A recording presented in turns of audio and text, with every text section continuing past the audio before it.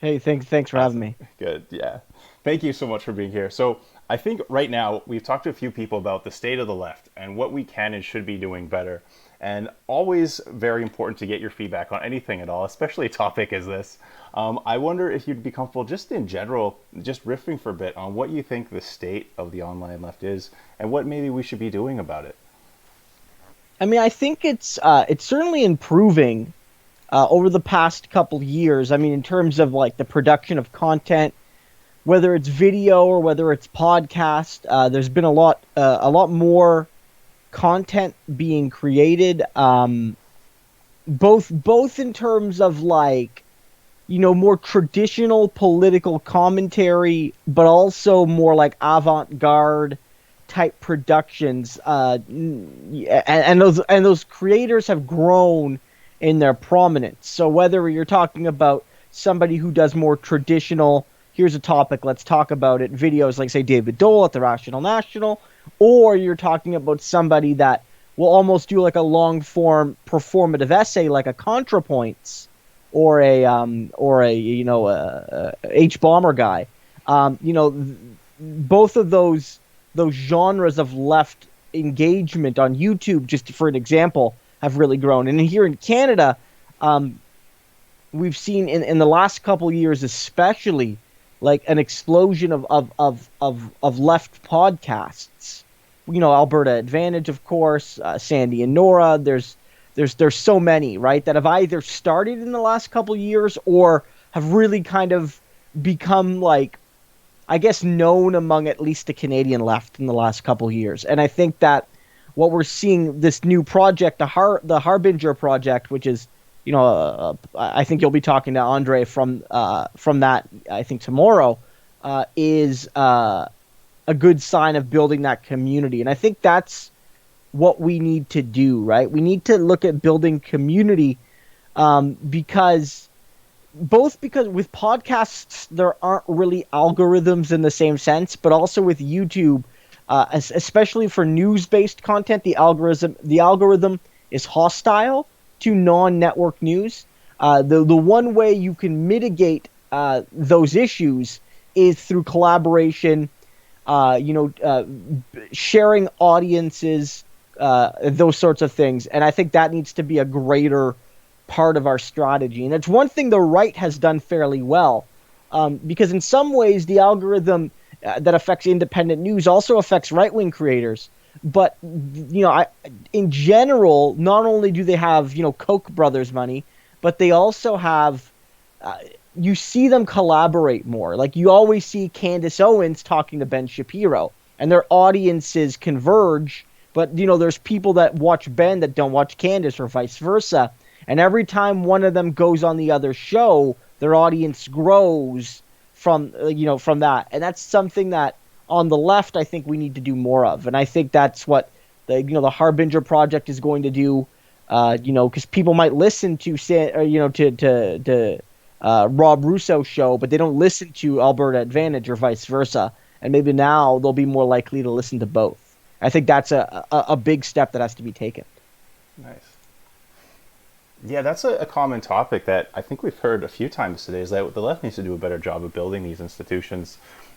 Just in terms of like Canada itself, I understand it's fairly sparse. Is there anywhere internationally you're looking to as inspiration for what we should be replicating, what we should be duplicating? I mean, in terms of like the online space, I think the Canadian podcast scene is sort of doing some of the things we need to see, right? I mean, it started at that Nexus at Ricochet, and it's sort of again growing into this new network, and I think that's really important to see because again, the there won't like big name corporate advertisers that are going to want to be on these podcasts, at least not most of the time. And so to help people professionalize and monetize and maybe make careers out of it and devote more time to it so that they can cover more things and do a better job covering them. Like you need audiences, and one again, like if you don't have big budget advertising and you don't have content that can be algorithmically driven, you need to work together. And I mean, Whether it's that, or whether it's, you know, people like the late Michael Brooks, who made a point of collaborating with folks and of building these bridges, both online but also beyond it. I think is crucial. I mean, for a specific example, it's hard to point to any one in particular, but there is, for instance, collaboration among some of the bigger, more artistically oriented left creators. Whether it's ContraPoints and Lindsay Ellis, H Bomber Guy, Big Joel. These are all very large creators that have formed, at least in an informal sense, like a friend group, and it leads to collaboration, and it has, I think, helped each one of them grow their audience. And that might not be feasible for everyone, because all of those creators have at minimum, a couple 100,000 subscribers, upwards of 1 million. So it's not comparable to smaller, Canadian podcasts that might have, a few hundred or a couple thousand regular listeners an episode. But the same principle, I think, applies, right? Mm-hmm. So, like, one of the things we're talking a lot about is how to be practical, and how to, like, as an individual watching this, how can you make a difference? Is there anything specific you would say as good first steps? Like, are we to obviously go out, amplify, support people who we enjoy and partake of their content? Is there anything else that we can be doing to help push that vision? Yeah, a couple things. So, like, one, from the practicality side, like from a creator perspective, and this is for people that are currently creating or aspiring, you got to make something people want to watch.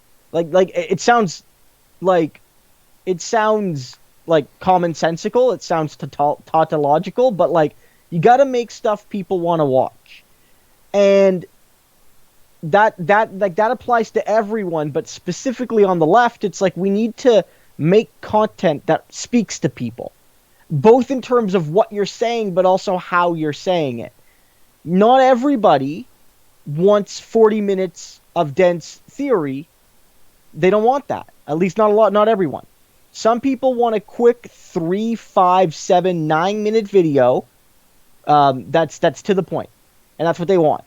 And like, we have to create the content that people want to see. Now, that doesn't mean there's no room for anybody to make 40-minute video essays, because again, some of the biggest creators on the left on YouTube, some of the most famous, make that sort of content.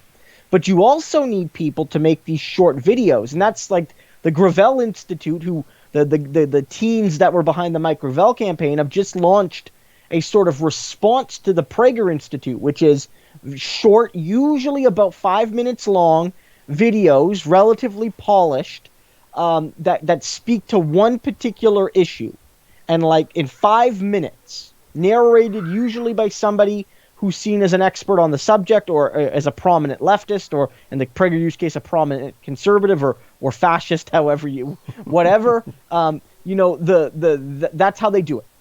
Here's Ben Shapiro for 4 minutes telling you why the government sucks, why corporations are the best, or that's what they do. Right. And so that's content I think we need to produce. Right. Like, and so like my advice is make content people want to watch. Like I've made videos that I was like, oh, this is important. 300 people watch it. People didn't want to watch that. It's not worth making. That's like, maybe that's cynical, but like, you got to make things people want to watch or listen to or read or what have you. And like, maybe that sounds like market oriented, but like, if you want to grow audiences, you have to like build like something people want, right? And so from a listener's perspective, the way you can support that, or a watcher's perspective, is to just consistently listen and watch. On algorithmic based platforms, momentum is king. So I'm going to be cynical here, and I'm going to say, if you like a YouTuber, but you don't watch every one of their videos, even if you don't watch it, click on it and let it autoplay. If I'm going to be cynical here, because YouTube will track that as a watch. They'll track that as a click. They'll say this is a good video because viewers clicked that video and watched it the whole way through, or nearly the whole way through. That's a good video. I'm going to show it to more people in the subscriber base, but also potentially beyond it, which will give that content more like heft, right? And I think that's something to look at. Like, it's cynical, but like that's something you can do. And I mean, it's like that's something anybody can do, right? Because like not everyone has the means right now to support somebody via Patreon or via PayPal or whatever. Not every, like, we're in the middle of a pandemic.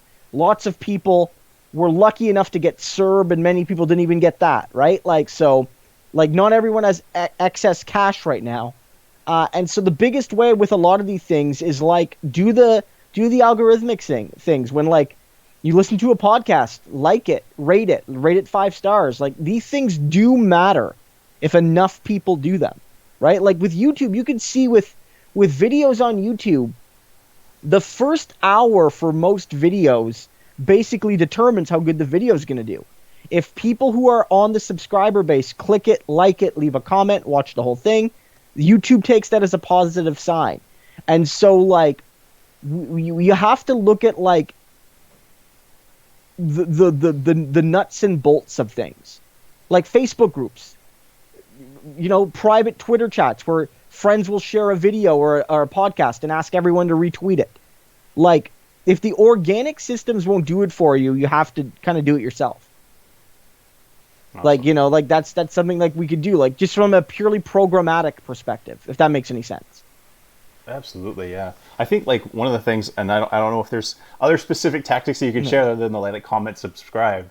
I'm on like YouTube Premium, and my understanding is that a portion of what I'm watching goes to the creator.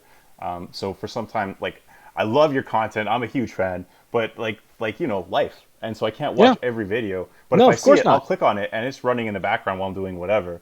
Yep. Does that matter? Like we have a comment here, a question here. Can the video play in a different video or tab, or does the algorithm know that you're just watching volume down or whatever? I mean, I don't know how sophisticated it is. Certainly, I don't think having it tabbed out would matter because people put audio-based content. I don't know if it's fully muted, if YouTube knows. I've heard rumors that on Twitch, for instance, if somebody mutes it, it doesn't count, but I don't know about that. I think, like, in general, the way it works for channels that are monetized, and not all, like, really small channels, unfortunately, can't get monetized. On YouTube, the way it works is you need to have 1,000 subscribers, and then over a 12-month period, you need to have generated, I believe it's 4,000 hours of watch time, like total, right?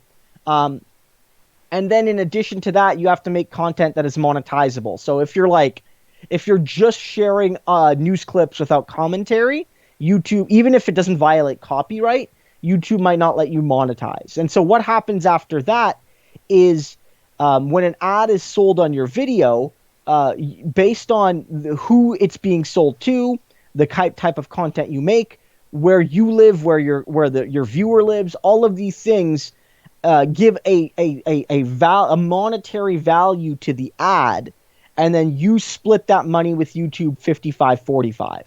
And so basically, for every dollar of ads shown on your videos, the creator gets 55%, and and that's how it works. And so when an ad plays on your video, the creator has made some money on that. And when you have a YouTube looks like we've had a drop here. 2 seconds. I'll quickly pull this back up. Your time has value, and so when you give someone your time, that supports them. And I think that's something that people often feel bad. Some people will come to me and say, like, look, I would love to like support you on Patreon or something, but I just don't have money. And I'm not like certain famous people who have become famous on Twitch for belittling their fans for that reality. But I say to folks, I'm like, look, you watch my videos, you comment on them, you share them. Like, what more could I ask for somebody that and I think that's a lot of value to people. And so I think like that's like big. If you want to create, find something that people want to watch, and if you want to support creators, like watch what they make and support what they make. I mean, the issue right now is like it's time, right? Because right now, we still haven't sent our son back to daycare because we're still a little iffy on it, right? And so, The fact of the matter is he's home, all the time. And so in terms of newer, different content for me right now, it's hard because I want to do more writing. I want to do more streaming. I want to do, whether it's TikTok or other short form content, like that would be something I'd be interested in doing. But the problem is right now that like I have to focus on those things that that I've been doing and I have time to do and that, right? So it's one of those challenges with the pandemic, right? Like a lot of people if you have children or other loved ones you have to care for, and there's no childcare right now, then it makes it very difficult. And that's one of the challenges on my end is finding the time to do more than what I've been doing. And so far I haven't really been able to find it. Like it's just one of the realities, right? Like it's, I'd love to do more streaming on Twitch, but I don't have time. And it's like when you look at the opportunity cost, it's like you spend 3 hours streaming on Twitch. How many people will watch that? Is it worth taking that time away from what I could do on YouTube or some other thing? And generally, right now, the answer is probably not. So I think like that's a thing that creators have to look at is like, how do you value your time? Like, what do you do? And I think like you have to think of it as, in a sense, like an investment. Like, when I do this, like, what's the return politically, financially, emotionally, whatever, right? And I think that's something we have to look at. Like, because again, for a lot of people, if the goal is to make a living off of something, creating content or what have you, in a sense, it's like you have to think of it as work, and you have to think about it like you would a job or a business or what have you. It's interesting because I think right now we have a lot of people, a lot of the viewers are people I recognize as YouTube creators. We got Secular Panda in there, big fan of his. We got Bodrino, who does a podcast. We got a few others. We got Waffle in there. And I know you came up through like the ranks. You did like your hard labor, and it feels like now you're really starting to break through on YouTube. Is there any kind of practical tips or tricks you can share for the people that are looking to really follow a path that I think you and David Dole have kind of blazed for the Canadian left on new media?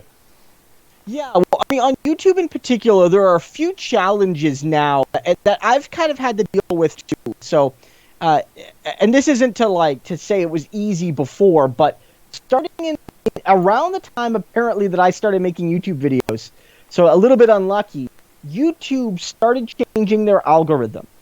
And what they've done is, and this isn't a rumor, like often when YouTube makes algorithmic changes, they won't really tell people. And creators, if you go YouTube creator subreddits, you'll always have people trying to interpret YouTube's algorithm. But every once in a while, they'll be very explicit. And what they decided to do, you might have heard my cat there, Smokey. Viewers of my live stream will know. But the reality is that YouTube said, we want to fight fake news. We want to fight disinformation. And so we're going to use our algorithms and our search metrics to push people towards official news sources. And so here in Canada, if you search for, say, Jagmeet Singh or Justin Trudeau or Aaron O'Toole or whatever, like any kind of person in mainstream politics, anything that mainstream news covers, they will come up first. Often, even if the video is objectively poor performing, sometimes they're not. Some CBC videos have millions of views, and I'm sure metrics-wise, they do well. But there are times I'll post the video, and it will be, say 5, 10, 15,000 views, and on the back, I know it at least got decent watch time and things like that. But if you search for that topic, you will be more likely to see a 47 view video from a local CBS affiliate in Chattanooga, because YouTube has said that is an official news source. It is better than Christo's news channel, and more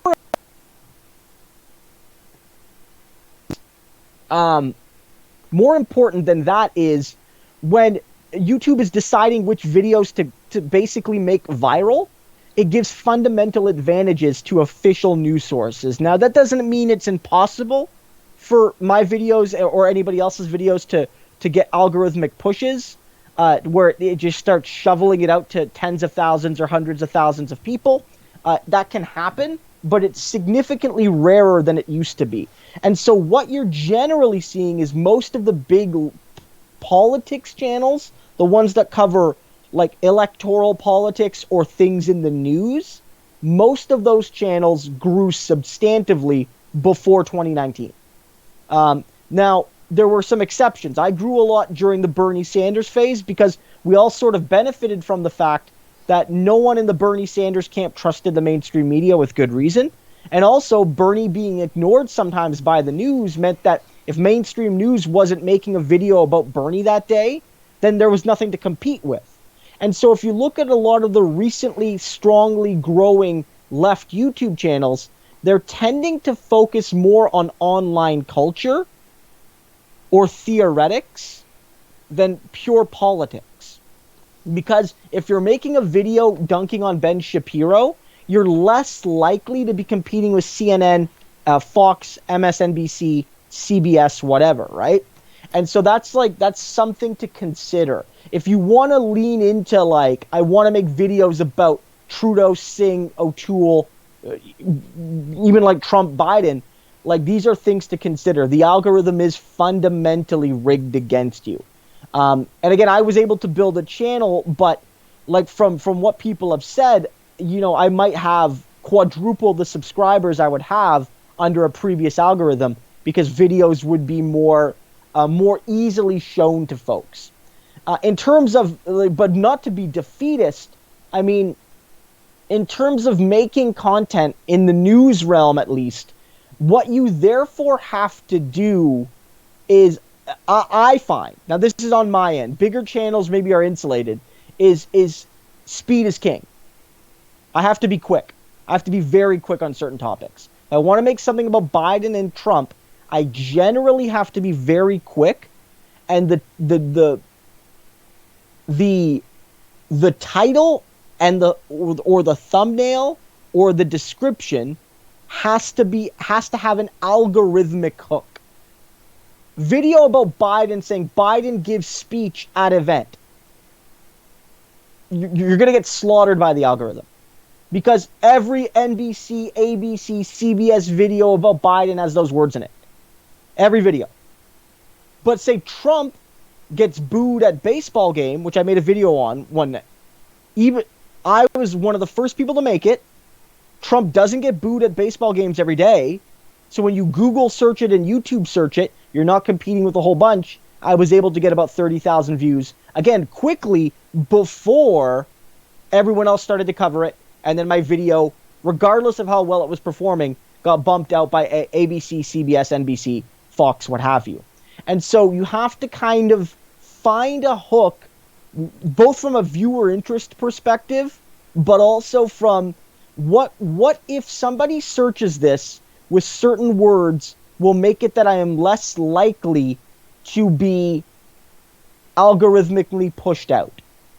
Right? And that's something that you have to kind of look at, right? Like a general video about Jagmeet Singh, it's going to be tricky. Most of my videos on politicians where I'm not talking about something in particular don't perform that well. But a video with a nice algorithmic hook, that can allow you to get a lot of YouTube search and Google search views.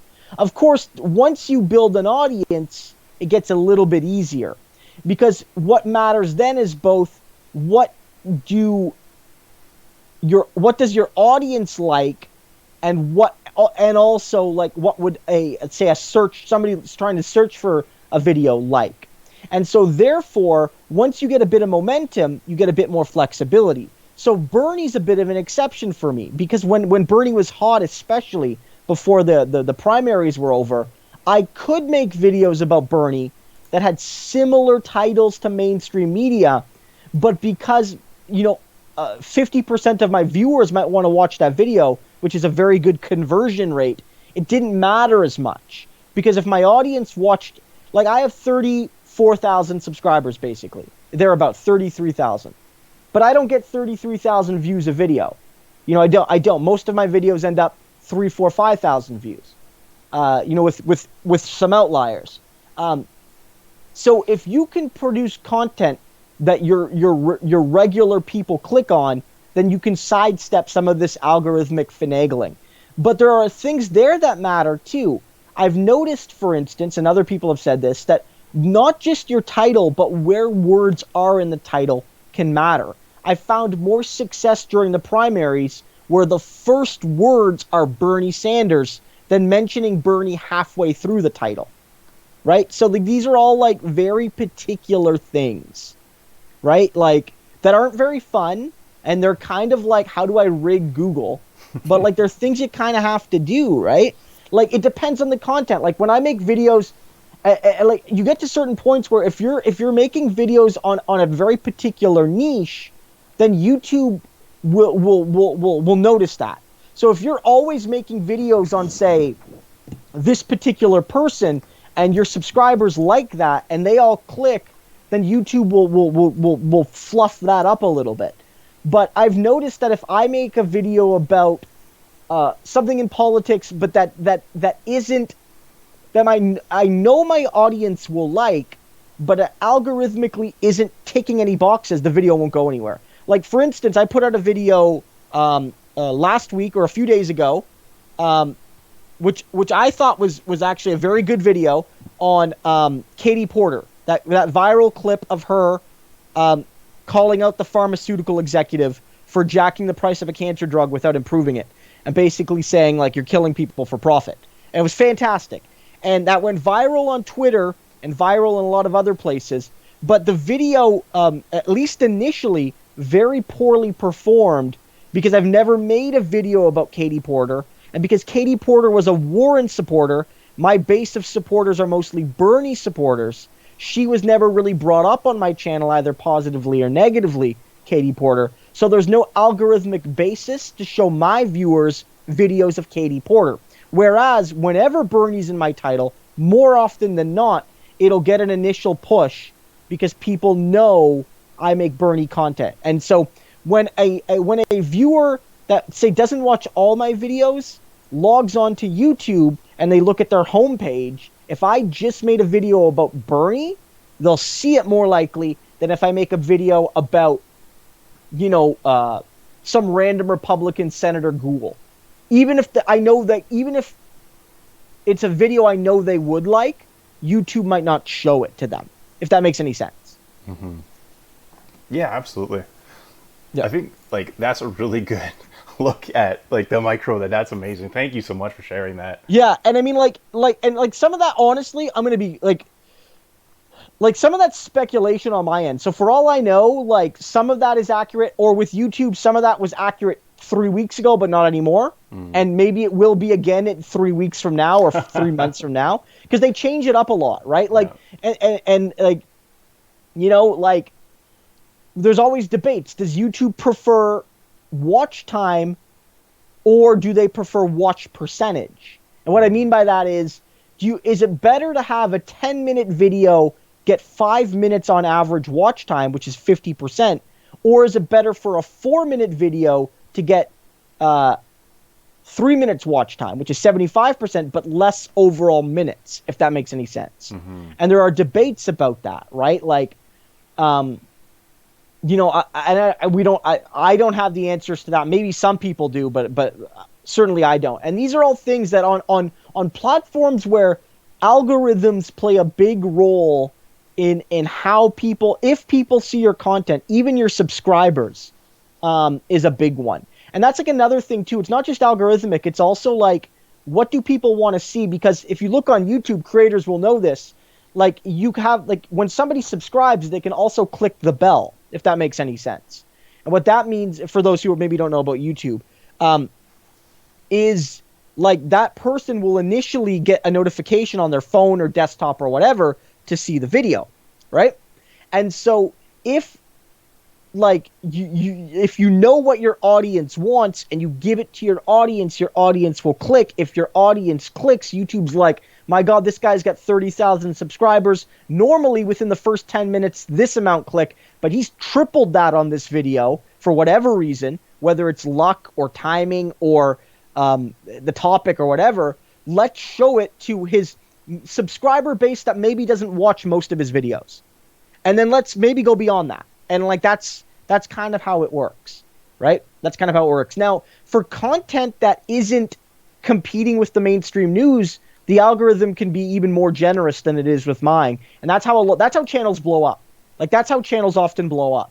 Like they get a lot of algorithmic like success in that sense.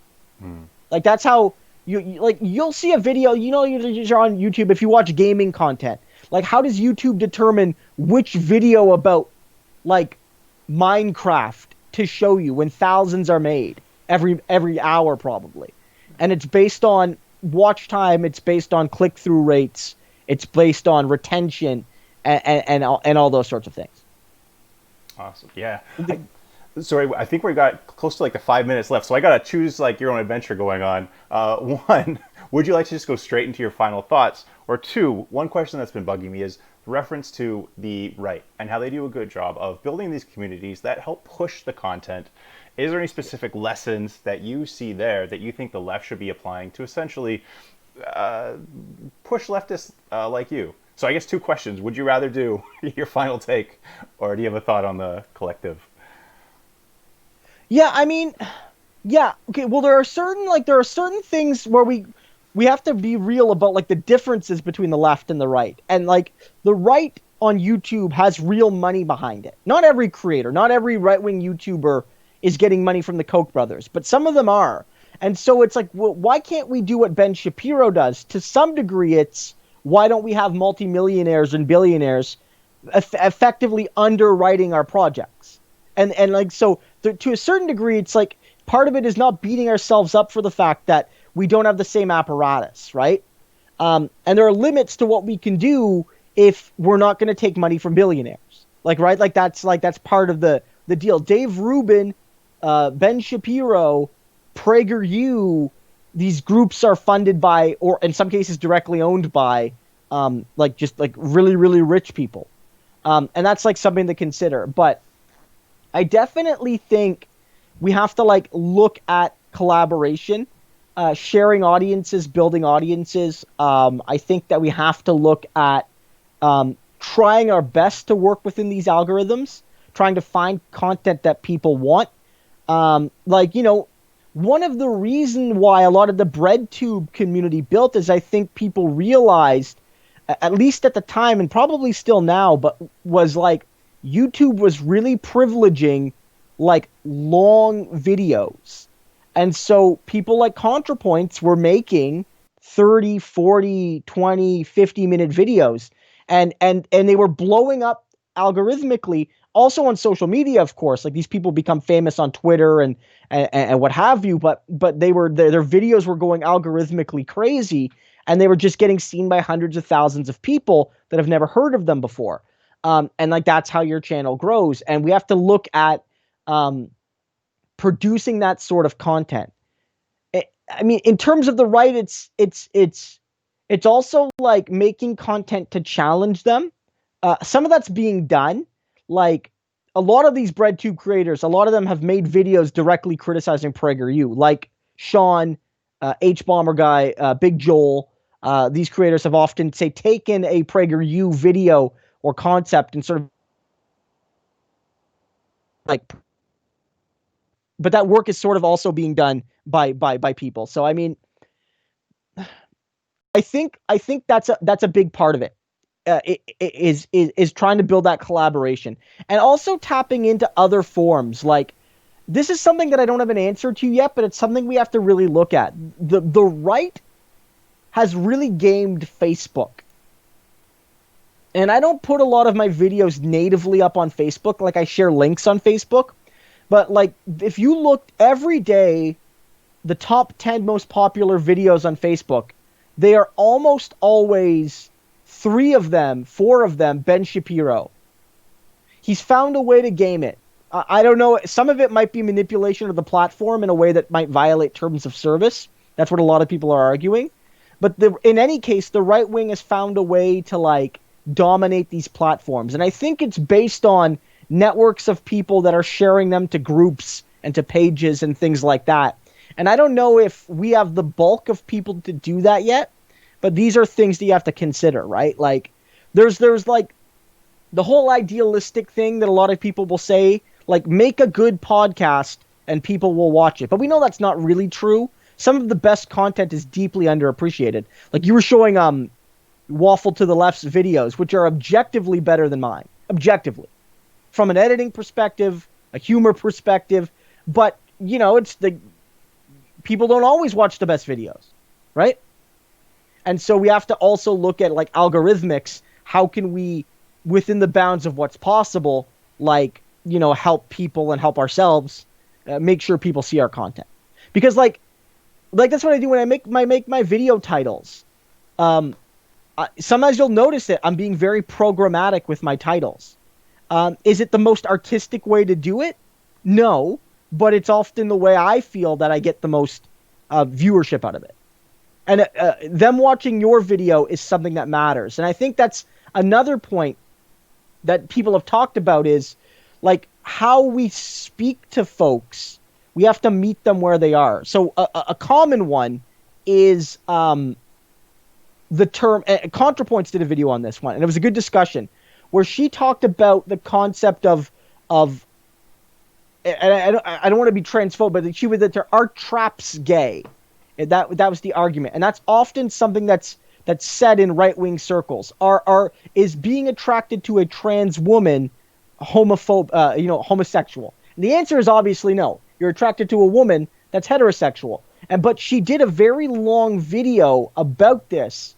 That when you search that particular transphobic term is now at or near the top, and producing content that maybe speaks to people where they are, even if that's not how the left would necessarily talk to one another within our own circles, is also something. That's not something I really do.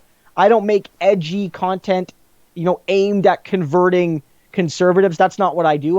But that's what a lot of people do, and I think that content has value. No, that's awesome, and that's beautifully said. I think we're starting to see a kind of common thread popping up where people are talking about we need to speak where people are, and we need to have a little bit of love and compassion in how we're speaking to others. That's a really interesting thing. I want to apologize because I have to get ready for the next guest here. But as always, you just kept dropping gold, and I want to say I love Waffle to death. I would say it's two different things. Like if I had to pick between like my wife or my daughter, like what? So a lot of love. I think it's beautiful all the way around. Thank you so much Yeah. for your time, sir.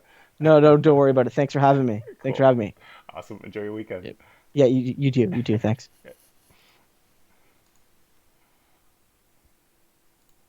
Awesome. So Christo's amazing. He's incredible. He's been so supportive of IDC and stuff that we've done and Canada Left. So I think that there's been a few people who are also working on YouTube content that he's been really supportive of too. So he is a true comrade in every sense of the word. Highly recommend checking out his content and throwing him some bucks on Patreon if you can. And if you can't, that's too. You just heard. Like, comment, subscribe. Just feed the algorithm. That's cool.